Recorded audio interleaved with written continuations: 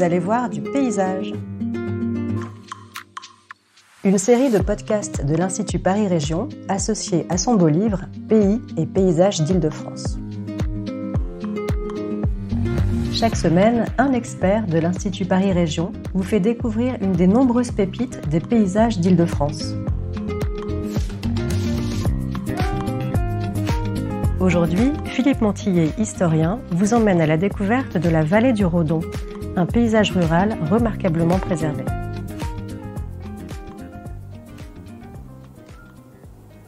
C'est depuis le site historique des Granges de Port-Royal, situé sur la commune de Magny-les-Hameaux, dans les Yvelines, que s'offre aux promeneurs le paysage de la vallée du Redon, paysage remarquable à la fois par son caractère naturel et par son poids culturel.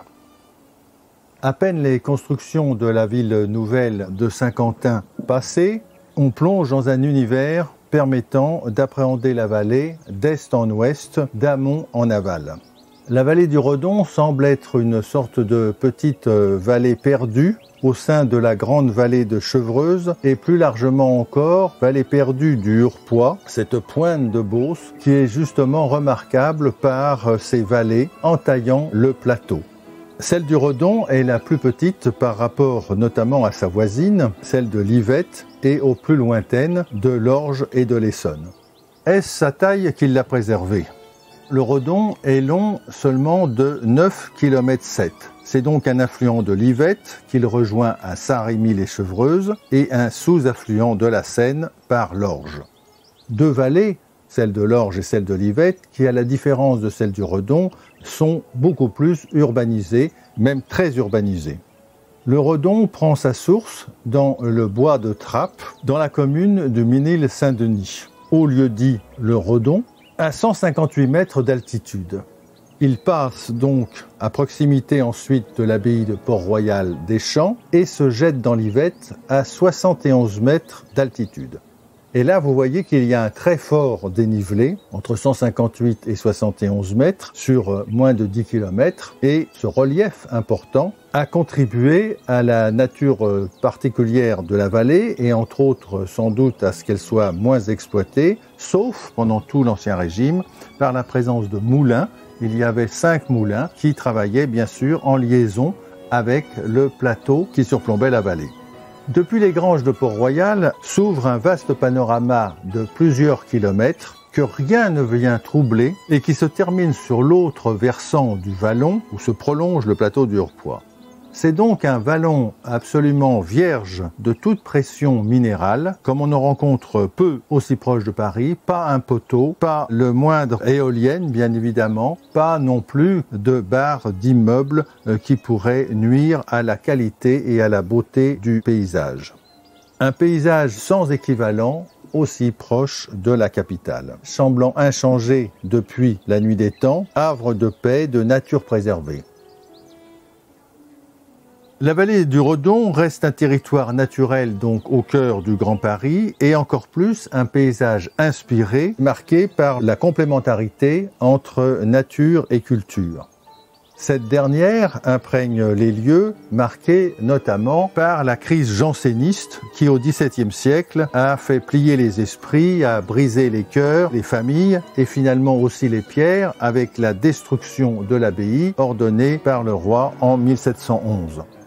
Pourtant, c'est bien cette abbaye qui en demeure le point central. Le destin de l'abbaye de Port-Royal des Champs, que son basculement dans le jansénisme a vu frapper d'interdiction, apporte l'élément tragique du lieu. L'abbaye a été installée ici depuis 1204 et elle a marqué véritablement le vallon, d'abord en maintenant une certaine protection de l'usage des terres qui pouvaient être autour, et elle l'a marqué par l'esprit qu'elle a laissé à cet endroit. Mais le lieu est encore tout à fait marqué par cette histoire, parce que dans l'ancienne ferme de l'abbaye, qui s'appelait donc les Granges de Port-Royal, située sur le bord du plateau, eh bien, demeure la mémoire des petites écoles qui avaient été créées à la fin du XVIIe siècle et où Jean Racine fut élève. Et l'activité pédagogique a bien sûr cessé au moment de la destruction de l'abbaye en 1711, mais l'activité agricole, elle, a continué et donc le lieu a été maintenu. Et surtout, à partir de 1964, il a été transformé en musée du jansénisme et de Port-Royal. C'est un des pôles à l'heure actuelle les plus importants du point de vue historique du parc naturel de la vallée de Chevreuse. Au-delà de cette histoire mouvementée mais qui a traversé les siècles, la vallée est aussi le lieu d'une harmonie rurale qui survit. La vallée du Redon semble en effet avoir été protégée d'une modernité trop agressive et surtout d'une urbanité trop agressive. Il y a là, par exemple, quelque chose de très important, c'est la respiration qui existe entre les villages. Il n'y a pas de construction établie de manière diffuse qui font que les communes se rejoignent les unes les autres. Ici, il s'agit d'un paysage rural particulièrement préservé dans son ensemble, avec encore un certain nombre de prés où paissent encore quelques animaux, quelques bovins en particulier. Il faut aussi, quand on parle de cette vallée du Redon, évoquer justement ces villages qui y sont installés, principalement deux, Saint-Lambert-des-Bois, qui a longtemps vécu à l'ombre de l'abbaye, puisque c'était là que tous ceux qui travaillaient avant la destruction de l'abbaye pour elle et au service des religieuses ou de ceux qui venaient à Port-Royal, vivaient à cet endroit. À tel point qu'en 1711, lorsque l'abbaye a été détruite, le village a perdu la moitié de sa population.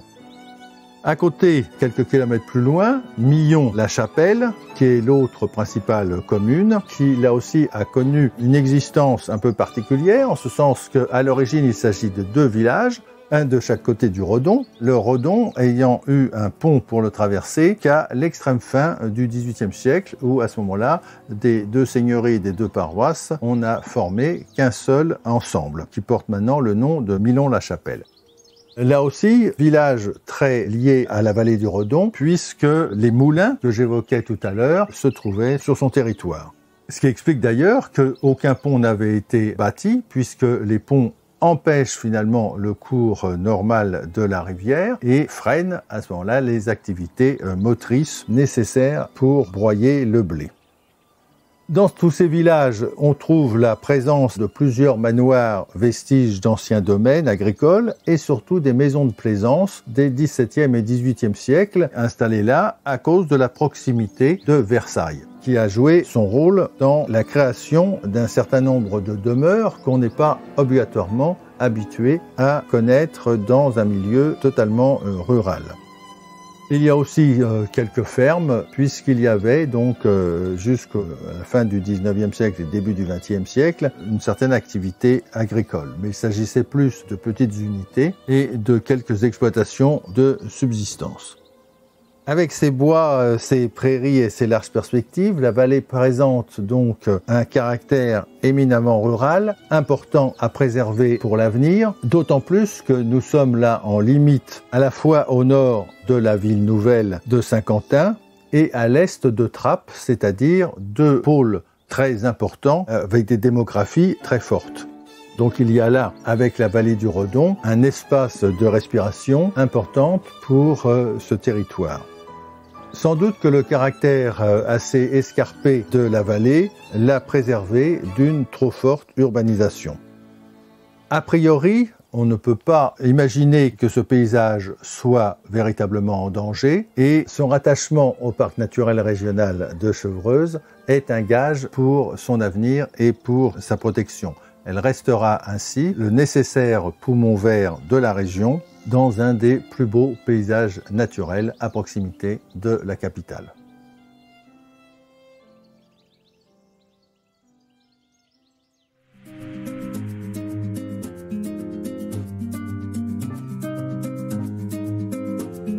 Retrouvez tous nos podcasts sur le site de l'Institut, institutparisregion.fr.